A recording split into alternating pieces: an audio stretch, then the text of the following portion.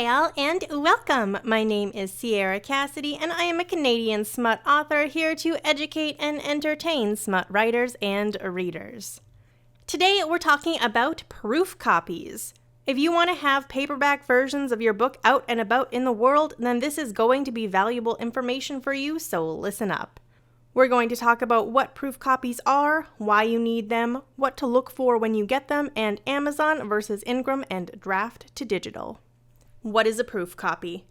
A proof copy is an advanced pre-publication print book that you order to make sure it's in perfect condition to be mass printed when you publish. This is not something you order just for marketing purposes. You need to review it and correct any issues before the book becomes available for purchase.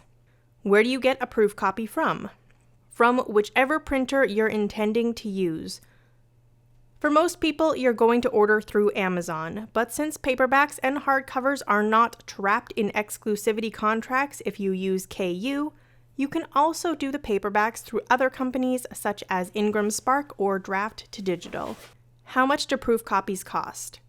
This entirely depends on which company you're using. With Amazon, you're looking at the print cost of your book plus shipping.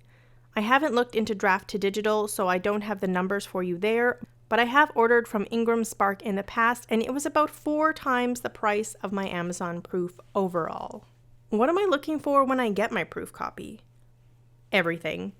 Is the cover the correct colors? Does everything line up? Are there alignment issues with the text? Are there missing pages?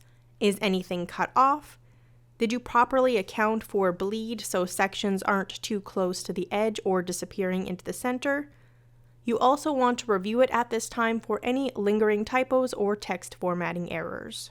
What do I do if there's issues with my proof? This will depend on whose fault those issues are. There are 4 main types of issues and different courses of action for each. I'll be talking about these as if separate people are managing each step for you, but if you're an indie author, it might be you handling types 1 to 3.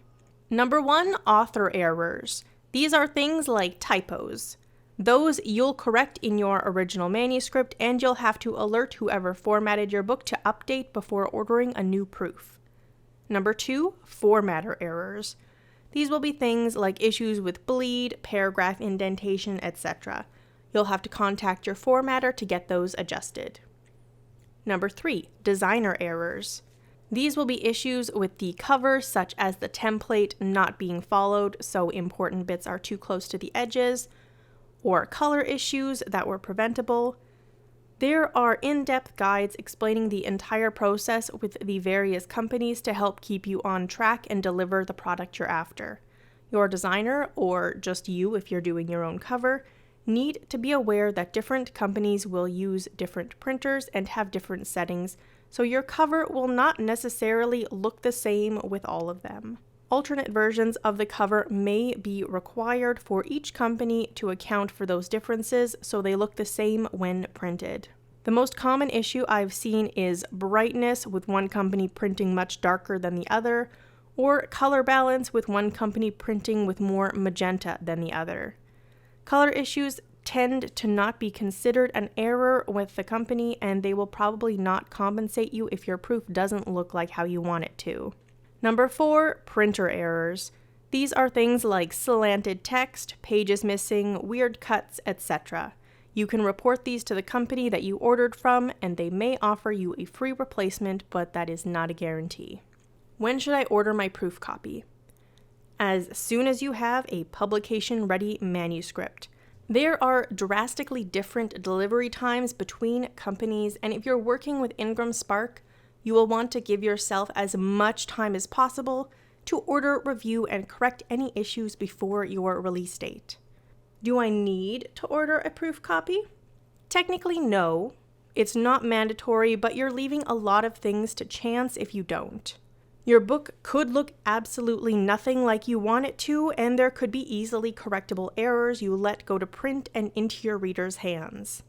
If you want to give your readers a quality experience, then yes, you need to order a proof copy before approving the book for purchase. What's the difference between Amazon, Ingram Spark, and Draft to Digital? I've worked with Amazon and Ingram Spark myself, but not Draft to Digital, so I had to ask some friends who had. The main difference is cost and profit. From a quality perspective, Amazon has stepped it up, and while in the past there were clear quality differences between Amazon and Ingram Spark, there doesn't seem to be that divide anymore. Friends who have worked with Draft to Digital have also said there's no noticeable quality difference. From my research, it looks like the royalty rate for paperbacks with Amazon is 60%, 45% with Draft to Digital, and Ingram Spark will allow you to choose up to 70%, but recommends a wholesaler discount of 55%, which would bring your royalty rate down.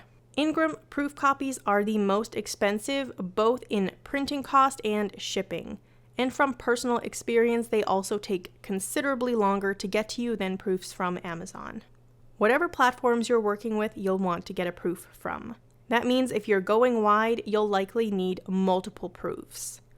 A reminder that the companies have different printers and settings, so your covers can, and probably will, look slightly different and may need to be adjusted for each company. That's all for now. You can find all of my books and platforms in the description below. If you have questions or suggestions for future episodes, please do let me know. And if you'd like early access to these, you can join my Patreon, where I share them with people as soon as they're ready to roll. Thank you so much for listening, and I'll see you soon with another episode. Bye!